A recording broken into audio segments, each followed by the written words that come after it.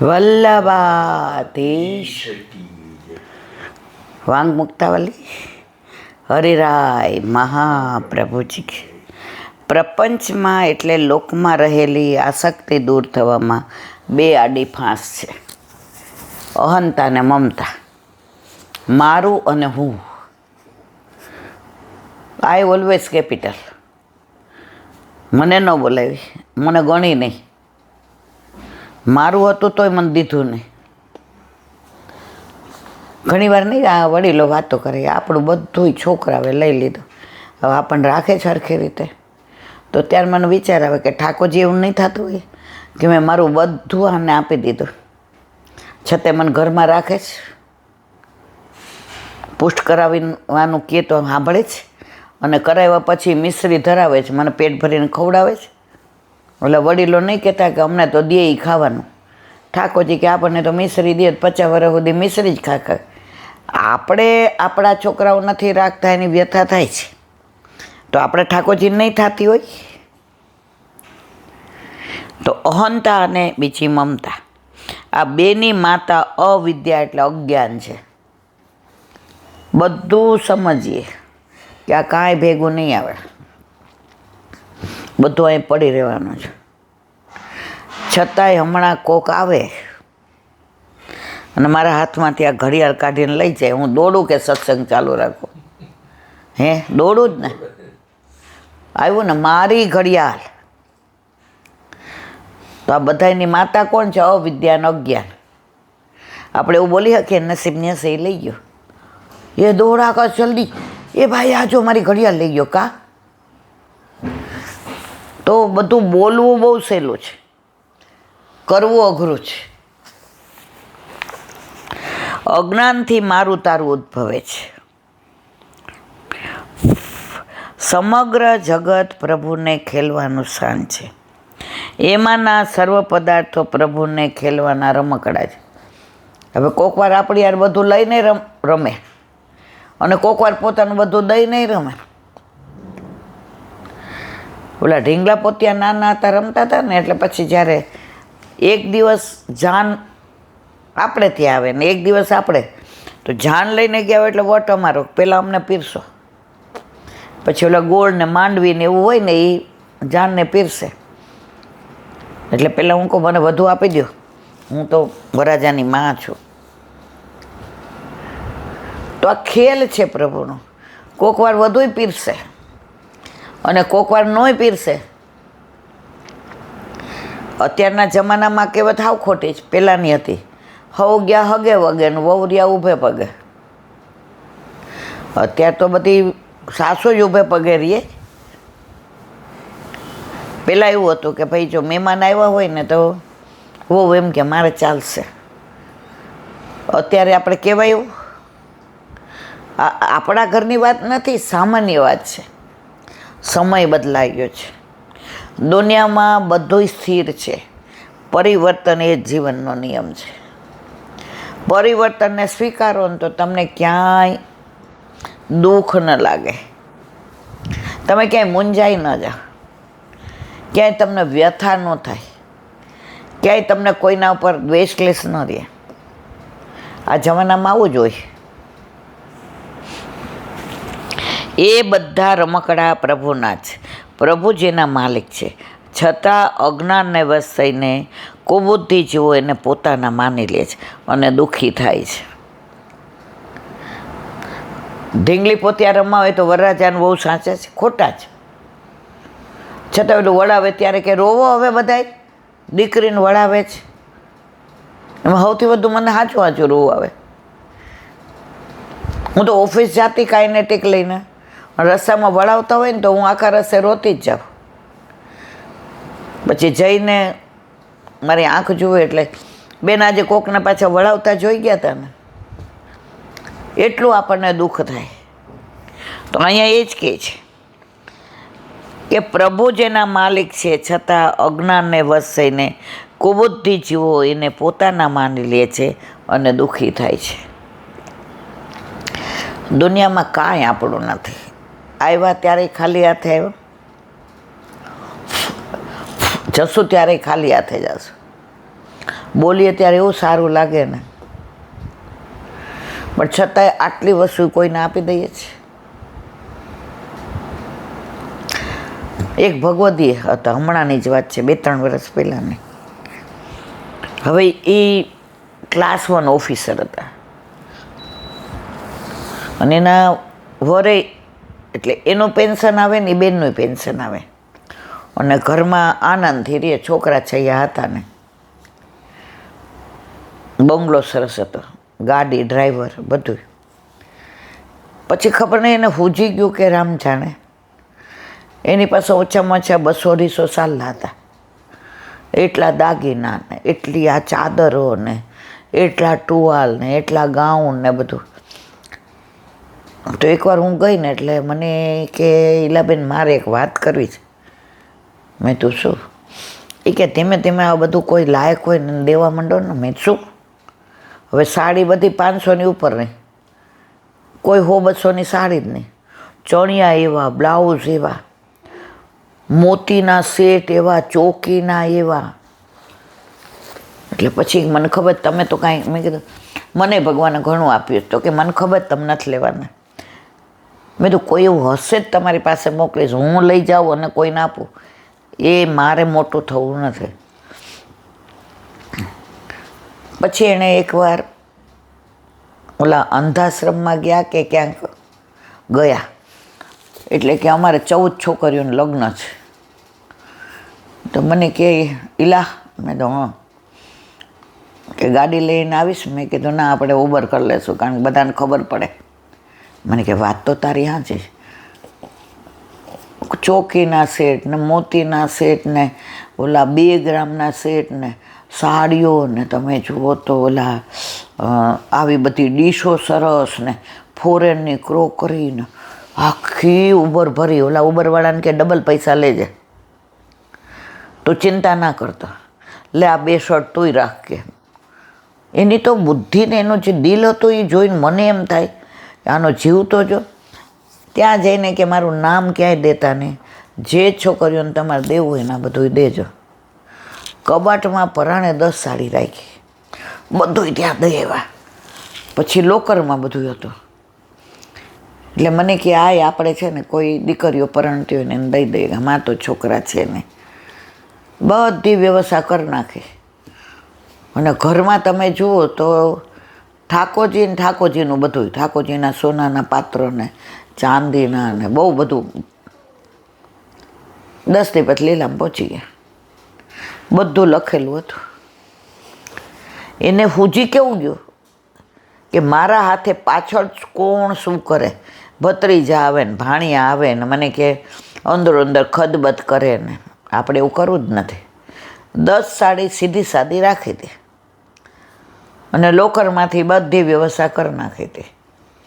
અને આ મકાનના જે પૈસા આવે એ ગુરુ ઘરે કે કાંઈક મને એવી વાત કરી હતી, બહુ યાદ. આ 3-4 વર્ષ પહેલાંની સાચી બની ગયેલી વાત છે.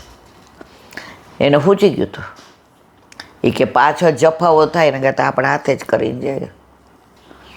કોઈનામાં આસક્તિ જ નહીં એને. અને ઠાકોરજી મારા ગુરુ ઘરે, અને આ બધું ચારીજીને ઠાકોરજીના સોનિયાના દાગીને બધું વ્યવસ્થિત. ઠાકોરજીનું જે મંદિર હોય ને એના પાત્ર હોય ને નીચે મૂકેલી હતી ચિઠ્ઠી, બધી વ્યવસ્થા કરીને ગયા હતા.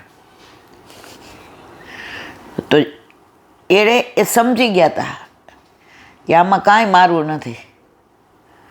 તો બધી વ્યવસ્થા કેવી પોતે કરીને ગયા પોતાના હાથે.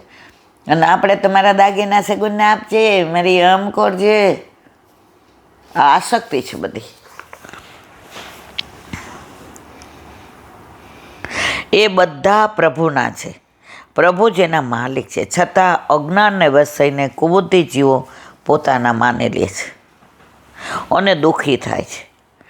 જ્યાં સુધી અવિદ્યાએ ઉત્પન્ન કરેલી એ લૌકિક અહંતા અને મમતા રૂપી પિશાચીનીઓ બેઠેલી, ત્યાં સુધી લૌકિકમાંથી જીવની આસક્તિ દૂર થવાની નથી. આપણે આટલું બધું વલ્લભે વાણીને દાન કર્યું, આપણી આસક્તિ દૂર થાય છે. પણ વલ્લભને વિનંતી કરીએ કે ધીમે ધીમે હવે દૂર કર. હવે ક્યારે જવાનું નક્કી નથી. એમાં જીવ રહે એટલે વળી પાછું ઘલાવવું પડે અહીંયા. જ્યારે જ્યારે અહંતાને મમતાને બાદ થશે ત્યારે ત્યારે પ્રપંચમાં રહેલી આસક્તિ દૂર થશે અને ફરીને પ્રભુનો સંબંધ થશે. તાત્પર્ય આ છે, માયાની બે પુત્રીઓ, એક વિદ્યા અને બીજી અવિદ્યા. અવિદ્યામાં ફસાઈને જીવ પોતાનું સ્વરૂપ ભૂલી જઈને લૌકિકમાં અહંતા મમતા સ્થાપે છે. પ્રભુએ અહંતા મમતાનું મૂળ કારણ જે માયા તેને જીતવાનું સરળ સાધન બતાવ્યું છે. ગીતામાં પ્રભુ શ્રીમુખે આજ્ઞા કરે, મામેવ એ પ્રબંધ્યતે માયા મેતા તરંતી તે. જે મારી શરણે આવે છે એ માયાને તરી જાય છે. પ્રભુને શરણે જવાથી એ માયા ઉપર જય થાય છે. માયા ઉપર જય થવાથી અવિદ્યા રહેતી નથી. અવિદ્યા દૂર થતાં એની બે પુત્રીઓ અહંતા અને મમતા પલાયન થઈ જાય છે. તમારો અંત સમય હોય ને ત્યારે તો પ્રભુને જ કહેવું કે મારી શેમાય અહંતા અને મમતા ન રહે. વર્ષ પહેલાં મારે બહુ ઓલું વધી ગયું, બરાબર, પોટેશિયમ ને સોડિયમ ગળ. તોય મેં તૃપ્તિને કીધું પપ્પાને ધ્યાન રાખજે, ભોળા છે. તો હજી મારી આસક્તિ તમારામાં એ બધું નીકળી જાય કે પ્રભુ બેઠા છે, તમે નહીં હો તો મારું ધ્યાન એ રાખશે અને હું નહીં હોઉં તો તમારું ધ્યાન એ જ રાખશે. બે હાથવાળા કોઈ રાખવાના નથી. નિમિત્ત બનાવે અને વિશ્વાસ હોવો જોઈએ કે આપણા ઘરમાં બધા વૈષ્ણવ છે તો વૈષ્ણવનું અહિત નહીં કરે અને આપણા કહેવાથી કોઈ સાચવવાના નથી ને આપણા કહેવાથી કોઈ ખરાબ રાખવાના નથી. પ્રભુને શરણે જવાથી માયા ઉપર જય થાય છે. માયા ઉપર જય થવાથી અવિદ્યા રહેતી નથી. અવિદ્યા દૂર થતાં એની બે પુત્રીઓ અહંતા અને મમતા પલાયન કરી જાય છે. અર્થાત જે પદાર્થોને મારા તારા માનવામાં આવતા તે સર્વ પદાર્થો પ્રભુને સોંપી દઈને પ્રભુના જ માનીને પોતાને પણ હું એમ સ્વતંત્ર ન માનતા પ્રભુનો દાસ છું એમ જાણીને ભગવત સેવામાં પ્રવૃત્ત થાય. એથી પ્રભુનો સંબંધ સિદ્ધ થઈ ગયો એમ સમજી લો. જ્યારે પ્રભુનો સંબંધ સિદ્ધ થાય ત્યારે સેવાનો અધિકાર પ્રાપ્ત થાય. જો ઘણા પુશ કરાવવા માટે આજ્ઞા લઈ લઈએ, ચાંપીજીમ પધરાવી દઈએ, સવારે જવાનું હોય અને કોઈક દૂષણ લાગે ન પધરાવે, ન પુશ કરાવે. તો અહીંયા શું કહે છે કે સેવાનો અધિકાર પ્રભુ સાથે સંબંધ ક્યારે થાય? પ્રભુ ઈચ્છે તો થાય, તમે ઈચ્છો તો થાય નહીં. જેમ કાચી માટીના ઘડાને પકવ્યા પછી જલ લઈ આવવા માટે વગેરે કાર્યમાં કાચો ઘડો હોય ને એમાં પાણી ન હોમાય, એટલે પાત્ર જ્યાં સુધી કાચું હોય ને ત્યાં સુધી ઠાકોરજી એના ઘરે ન પધારે. તેમ પ્રભુનો સંબંધ સિદ્ધ થયા પછી દેહ ઇન્દ્રિયો વગેરે પાકા થાય છે. એ પાક તાપ ક્લેશ રૂપ યોગ અગ્નિથી થાય. પહેલાં સંબંધ થતાં હું પ્રભુથી હજારો વર્ષોથી વિખોટો પડ્યો છું આવું ભાન જ્યારે થાય ત્યારે પ્રભુને મળવા માટે અત્યંત આરતી થાય. એ આરતી વિયોગરૂપી મહાઅગ્નિમાં પરિણામ પામે છે અને અલૌકિક અગ્નિ વડે લૌકિક દેહ ઇન્દ્રિય વગેરે જ્યારે પાકે છે, શુદ્ધ બને છે, ત્યારે દેહ ઇન્દ્રિય વગેરે પ્રભુના કાર્યમાં ઉપયોગી થાય છે. આથી વધારે શું કહીએ એટલું જ બસ છે. ઘડો કાચો હોય ને ત્યાં સુધી અંદર પાણી ટકે નહીં. તો આ શરીરરૂપી ઘડો જ્યાં સુધી કાચો છે ત્યાં સુધી ઠાકોરજી આપણા ઘરે પધારે નહીં. ઠાકોરજી કે હજી આને 2-4 જન્મ પછી હજી વાર છે, આવો પાછા માતાના ગર્ભમાં અને 9 મહિના નરકથી વેદના ભોગવો. પણ જો પ્રભુ ઘરમાં પધરાવ્યા તો એ વેદનાની ચિંતા કરવાની જરૂર નથી. બોલો વલ્લભાધીશ. દયારામભાઈના ચંદ્રાવલા ગઈકાલે આપણે દેખ હરી નંગમ નંગા સુરદાસજીના કીર્તનનું અનુસંધાન કર્યું હતું. આજે રૂપ દેખ નૈના પલક લાગે નહીં. આ પદમાં પણ ઠાકોરજીના સ્વરૂપના દર્શનની ભાવના છે.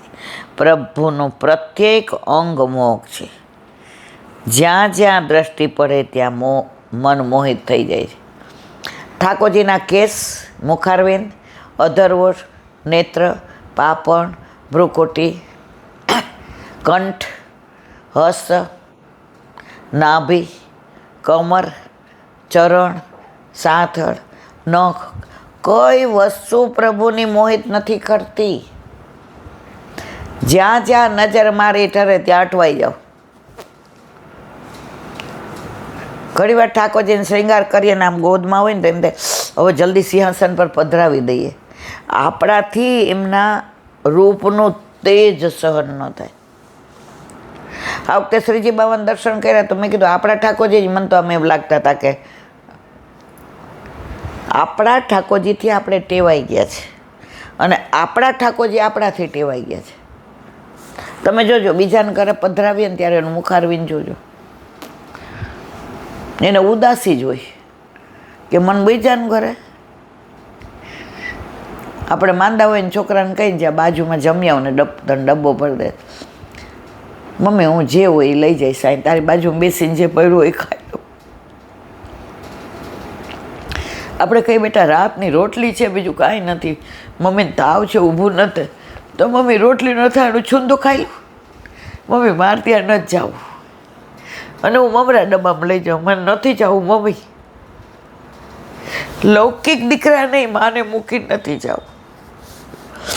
તો આપણા ઘરે આપણા માથે બિરાજતા આપણા ઠાકોરજીને બીજાના ઘરે ના ગમે મારા વાલા. એ હેવાયો નથી, એ રમવા જાય, ખેલવા જાય, પણ એને પોઢવું, એને સ્નાન કરવું, એને અરોગવું, એ બધું તો એની માના હાથનું જ ગમે. વચ્ચે મને થોડુંક આમ શરીર અત્યારે બહુ દુખે તો તૃપ્તિ એમ કે મમ્મી તમે તમારે આરામ કરો, હું ઠાકોરજીને પોઢાડી દઈશ.